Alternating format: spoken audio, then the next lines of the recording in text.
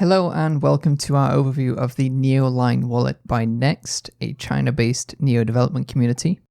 We're going to be focusing on the mobile version for this wallet overview, available for Android and iOS devices, although there is also a Chrome extension version which has similar functionality. We may cover that one at a later date. So hopping straight into the summary, NeoLine is a fairly well-rounded wallet with most of the essential functionality covered. That includes support for all NEP5 tokens, gas claims, and the management tools for handling multiple addresses. One downside here is that the mobile version does not currently have a public code base. This is something very important to keep in mind if you are security-minded, and we do hope it changes in the future.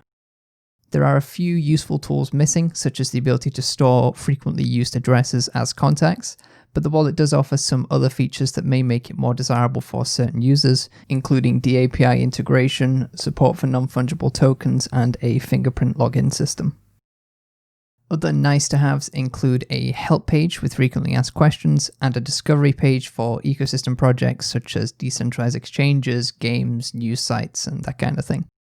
The wallet also has integrations with Next's Neo Blockchain Explorer NeoTube, which is pretty accessible and fills the need for watch-only addresses. Okay, with all that out of the way, let's look at the basic creating of a wallet, sending a transfer, and then take a little bit of a deeper look at some of these special features.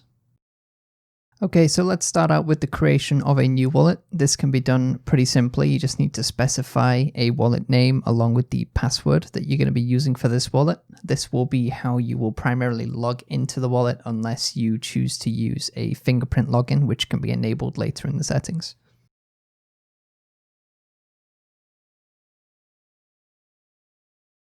Once we've created a wallet, we are offered some backup tips, and it informs us not to take any screenshots. Unfortunately, we're going to do a little bit worse here, although this is only a temporary wallet, so it shouldn't cause any harm.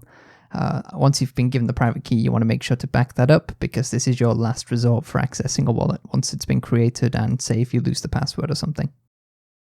So now here we are in the main wallet page. We can hit the icon in the top right corner to switch between other wallets that we may have created.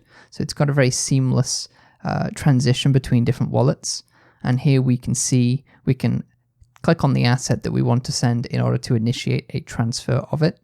Now you can see down here that there is no contact book, so if you want to go ahead and paste an address in here, you'll need to copy it in advance. So that's what I'm going to do here. Just copy that address by tapping on it, hop back into my test wallet, and go ahead and paste that in as the recipient address. You can also specify a priority fee here, which is pretty useful, and there is a scanner here for QR codes if you want to input your addresses that way.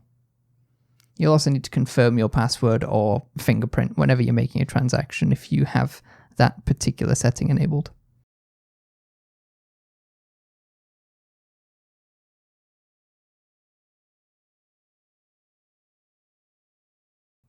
Okay, so that transaction has now been sent. Let's go ahead and swap back into the other wallet and then go ahead and refresh just by pulling down on the screen.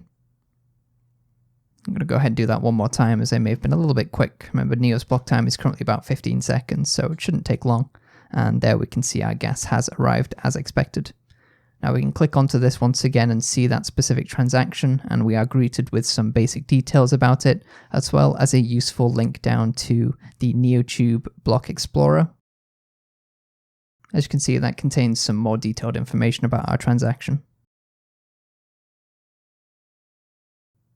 One other page here that we can access from the main menu is the Collections tab. This is used for non-fungible tokens, for example, blockchain QTs, maybe parts for cars in CryptoFast, or Ryucoin collectibles.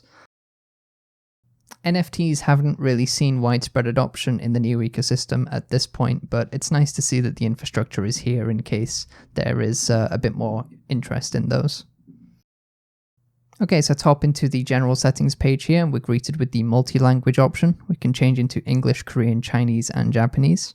We also have some different currencies and the ability to swap between mainnet and testnet. You'll also see here that this is where the fingerprint settings can be enabled. You'll need to provide a fingerprint validation for enabling the setting, and then whenever you're logging into the wallet or performing an operation in the wallet, you'll then be able to use the fingerprint instead of the password. You can go ahead and disable it with verification as well. Another useful page in here is the Help Center. This provides some information on how you can manage your wallet, deal with any particular issues that you run into, or how to perform transfers or recover an account that's been lost. So quite useful. Happy to see this here, and actually something that is quite often left from wallet applications completely. So happy to see one here, and I hope to see more of these in other wallets in the future. There's also some contact details for those that have other questions or suggestions. We also have a news tab. This is set to the Bitcoinist newsfeed, and also there is a tab for NeoLine's Twitter page, so you can see the latest information here. Finally, we have the app discovery page. This provides quick access to various websites, including the NeoTube Block Explorer. You can get to the Neo News Today website from here. You can also access a couple of exchanges and games. Simply, it's an access portal for just the homepage of each of these applications. It should be noted that although NeoLine does support the DAPA standard for seamless integration with dApps, the apps themselves need to be the ones to integrate it as a supported wallet. This means, for example, that you can't currently use NeoLine to log into Switch.io the same way you would with O3. This is hopefully something that will improve once Neo has one unified DAPI protocol.